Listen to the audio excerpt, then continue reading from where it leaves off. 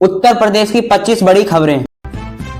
America के राष्ट्रपति Donald Trump ने घोषणा की है कि जो भी देश ईरान के साथ व्यापार करेगा उस पर अमेरिका 25% अतिरिक्त टैक्स लगाएगी। इस घोषणा के बाद पूरी दुनिया के बाजारों में हलचल मच गई है।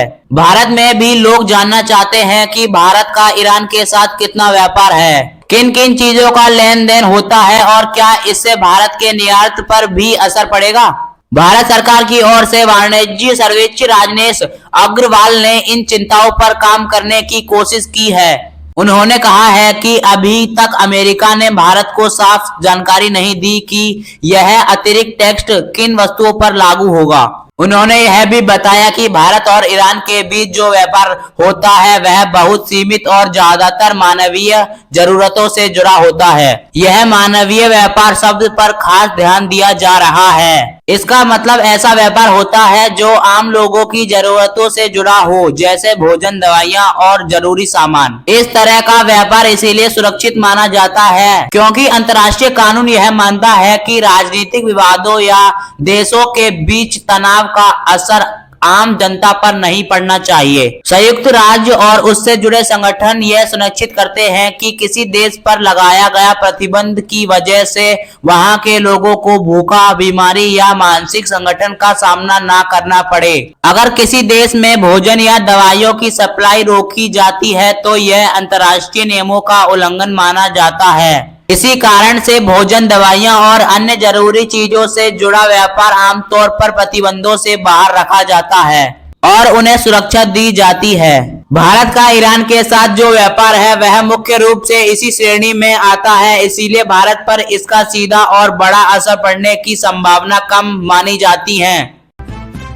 बांग्लादेश में मौजूद सुरक्षा परिदृश्य को देखते हुए भारत ने मंगलवार को वहां तैनात भारतीय अधिकारियों के परिवार को वापस बुलाया है। बांग्लादेश में संसदीय चुनाव होने से पहले कुछ सप्ताह पहले भारत ने यह कदम उठाया है। अधिकारियों के सूत्रों ने कहा कि सुरक्षा स्थिति को देखते हुए यह ऐतिहास के तौर पर हमने संयुक्त और अन्य पदों पर तैनात अपने अधिकारियों के आश्रितों को भारत लौटने की सलाह दी है। सूत्रों ने कहा कि बांग्लादेश में मिशन खुले हैं और सभी पदों पर कार्यकर्ता है। ढांचा में स्थित उद्योग के अलावा चट्टगांव, खुलान, राजशाह और सिलाहट में भी भारत के राज्य कार्यकर्ता हैं। अभी तक यह पता नहीं चला कि राजनियों के अन्य अधिकारियों के परिवार भारत कब लौटेंगे। क्या लिया निर्णय। अगस्त 2024 में शेख हसीना सरकार के पतन के बाद मोहम्मद नसीन के नेतृत्व वाले अरीम सरकार सत्ता में आने पर भारत और बांग्लादेश के बीच संबंध तनावपूर्ण हो गए हैं। भारत और बांग्लादेश में अल्पसंख्यक विशेषकर हिंदुओं पर होने वाले हमलों को लेकर चिंतित व्यक्त नजर आ रहा है। बंगाल चुनाव में कांग्रेस का रुख क्या है। यह मसला बंगाल में तो अभी तक उलझा हुआ था, लेकिन अब मामले में केरल कांग्रेस भी कूद पड़ा है। मसले की गंभीरता देखकर लोकसभा के नेता प्रतिपक्ष राहुल गांधी ने 23 जनवरी को दिल्ली के केरल कांग्रेस की बैठक बुलाई है।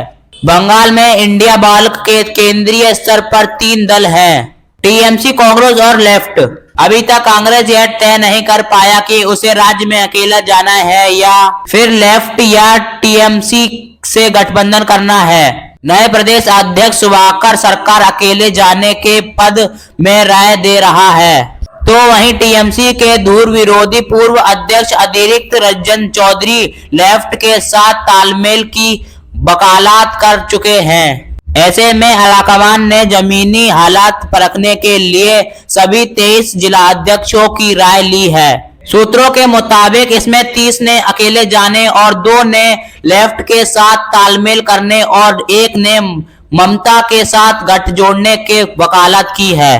जागरण संवाददाता, नई दिल्ली। गणतंत्र दिवस की परेड देखने के लिए कर्तव्य पथ तक जाने का सफर आसान होगा। पहली बार लोगों के निमंत्रण पत्र के साथ मेट्रो का टिकट उपलब्ध कराया जा रहा है, जो आने और जाने के लिए होगा। गणतंत्र दिवस परेड के मद्देनजर 2026 में मेट्रो सेवा सुबह से 3 बजे से ही आरंभ हो जाएंगी। ऐसे में लोगों को कर्तव्य पद पहुंचने में कोई परेशानी नहीं होगी। नजदीकी के मेट्रो स्टेशन पहुंचकर निर्धारित सीटों तक पहुंच सकेंगे। दिल्ली की ट्रैफिक पुलिस ने गणतंत्र दिवस परेड और बुकिंग रिट्रीट समारोह के लिए कर्तव्य पद आने वाले लोगों के लिए सुगम यातायात और बिना किसी परेशानी वाली यात्रा सुनिश्चित कराने हेतु तकनीकी उपाय लागू किए गए हैं। पहली बार ट्रैफिक पुलिस ने आर्टिफिशियल इंटेलिजेंस AI की मदद से वस्तु नियमित वीडियो तैयार की है, जिसमें आमंत्रित अतिथियों के आगमन, उतारने, प्रस्थान और पार्किंग की व्यवस्था को स्पष्ट रूप से दिखाया गया है। यह वीडियो लोगों को पहले से ही व्यवस्थाओं से परिचित कराने के उद्देश्य से बनाई गई है, जो रक्षा मंत्रालय की वेबसाइट पर उपलब्ध है, और QR कोड अतिरिक्त पार्किंग सिस्टम के मध्य से भी एक्सेस किया जा रहा है। इसके अलावा car calling system, real time navigation जैसे ऐप, गूगल मैप्स और मैपल्स के साथ सहयोग, शटल सेवाएं, 22 पार्किंग जैन, 8000 वाहनों के लिए 12 हेल्प डेस्क और अन्य डिजिटल सुविधाएं भी शुरू की हैं।